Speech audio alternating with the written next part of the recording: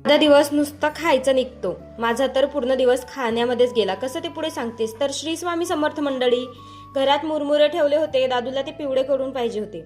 सर्वात आधी गॅसवर पातेले ठेवून त्याच्यात तेल टाकलं, ते गरम झालंय का चेक केलं आणि भरपूर शेंगदाणे तळून घेतले. या मुरमुऱ्यांमध्ये तुम्ही जर हे तळलेले शेंगदाणे टाकले ना मीठ टाकून, खूप छान लागतात, कधीतरी ट्राय करून बघा.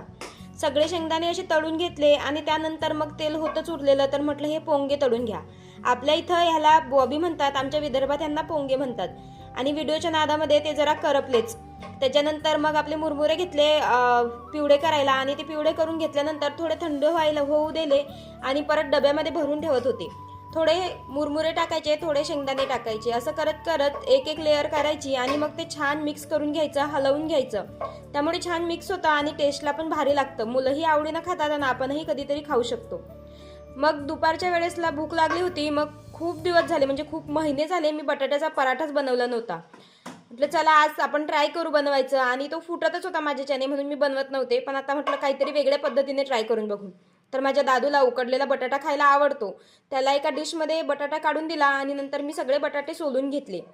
आणि ते बटाटे सोलल्यानंतर नवीन पद्धत मी यूट्यूबवर बघितली होती, तीच करून बघू म्हटलं. तर मी बटाटे मॅश करून घेतले, त्याच्यात कांदा, कोथिंबीर आणि हिरवी मिरची टाकली. हिरवी मिरची टाकायला नको होती, आता खाल्ल्यानंतर मी एडिट करते तर मला कळलं, कारण खूप तिखट पण झालेलं आणि ते दाताखाली पण येत होती. असो, आता पुढच्या वेळेस नाही टाकणार. मी काय करायचे, आधी मी डायरेक्ट चटणी बनवून घ्यायची बटाट्याची आणि त्याच्यानंतर ते फिलिंग भरायची आपल्या पराठ्यामध्ये.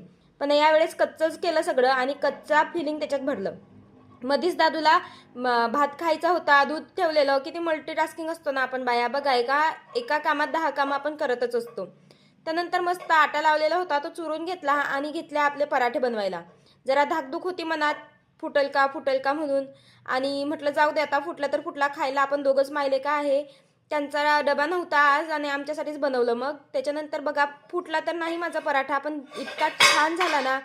आणि थांबा तुम्हाला दाखवतेच पुढे. हे बघा, छान आणि गोल पण झालाय आणि खरपूस मस्त तूप लावून भाजून घेतला.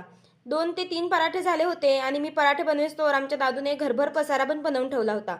जेवायला घेतलं दही, पराठा आणि गाजर.